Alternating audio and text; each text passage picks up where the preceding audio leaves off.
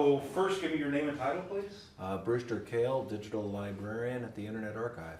And what the heck is the Internet Archive? Internet Archive is a nonprofit library in the digital world.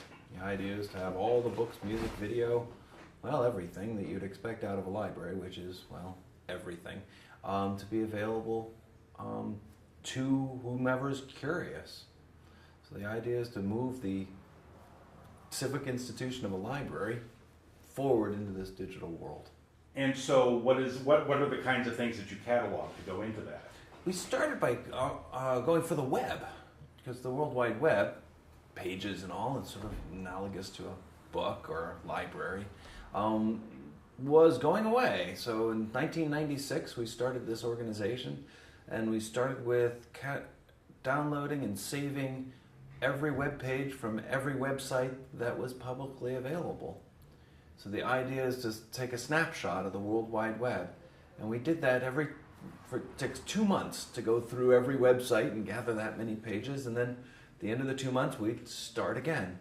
Then start again.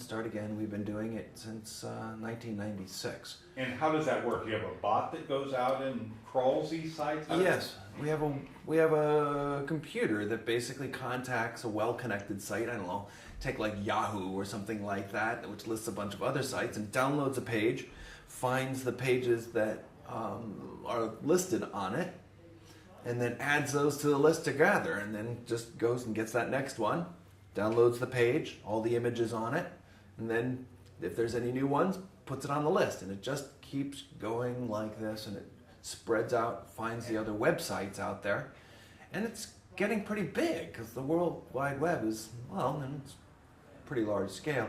In the when we first started in '96, it was about 30 million pages, and now we're gathering about 4 billion pages every snapshot. So we're about 85 billion web pages now currently saved in the Internet Archive, and people can go and look at those by going to archive.org, typing a web address, and seeing past versions of it.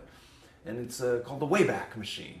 So the idea is to turn time back, to surf the web as it was, make it so that the out-of-print web is still accessible, which is some of the things that you use libraries for. That way, if people put something up and made some bold claim or promise, that you can go back to them later and find out, did they actually make that promise? And they can't just change it so that it will go away. So there's real accountability there. Well, the idea is to, yes, build a web into a library. The average life of a web page is 100 days. So in 100 days, it'll either change or disappear. And so statistically, you can say that the best of the web isn't there anymore. That actually the best of the web has already disappeared. So it's what we really want to do is keep the good works that people have done alive. And most of the people use the Wayback Machine basically to see their old stuff. But we get a couple million users, I think a couple 100,000 a day, come and use the Wayback Machine. We also have movies, music, a lot of music, that's everybody's happy about sharing and downloading. Concert recordings from a lot of rock and roll bands, which is a tradition started by the Grateful Dead.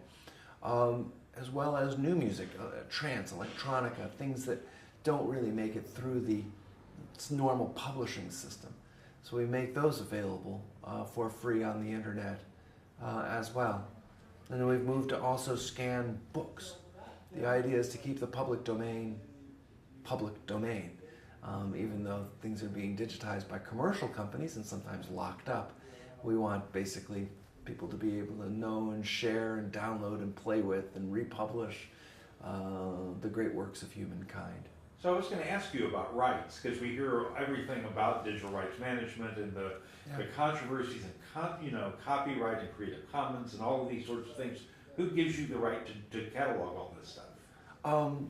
We either deal with public domain materials where you don't have to ask permission. You can just if you can afford to scan it and you get access to something like the old books, we can do that. And we've done that, for instance, with movies. There are old moving images that are these 20th century old educational recordings and government recordings, these films that are just fantastic, and people are downloading these things and making new stuff out of it, doing mashups, just seeing what history was and how it all worked back then. So those are public domain, so that's easy. What we found on the going forward basis is people often opt towards a Creative Commons license, and because we're non-commercial, we're non-profit, we're not making any money, there's no ads, it tends to cause people to feel like they're not being shafted. There's not somebody that's going to make $1 billion and fly around on a jet off of their stuff. The idea is no, we're here to help promulgate the public interest.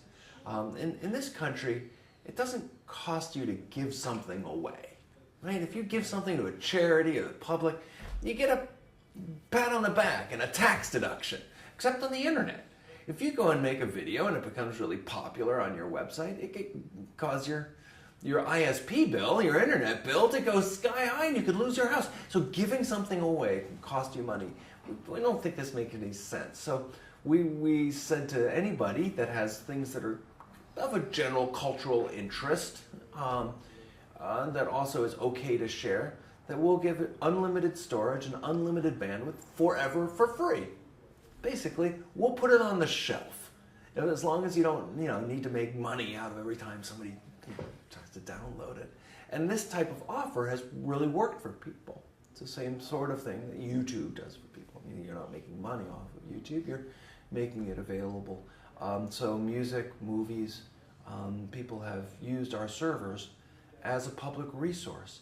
We just think that that's the way it should be. So we're trying to create that future we want to live in. So in some way, because you guys were around and then YouTube kind of showed up and said, and did the same thing on a commercial basis. Yes. What do you make of the incredible popularity of YouTube?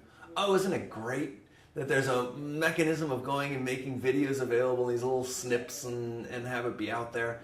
And they did a beautiful job of making it easy to upload, and their bandwidth never seems to run out. I'm really very impressed by the YouTubes of the world.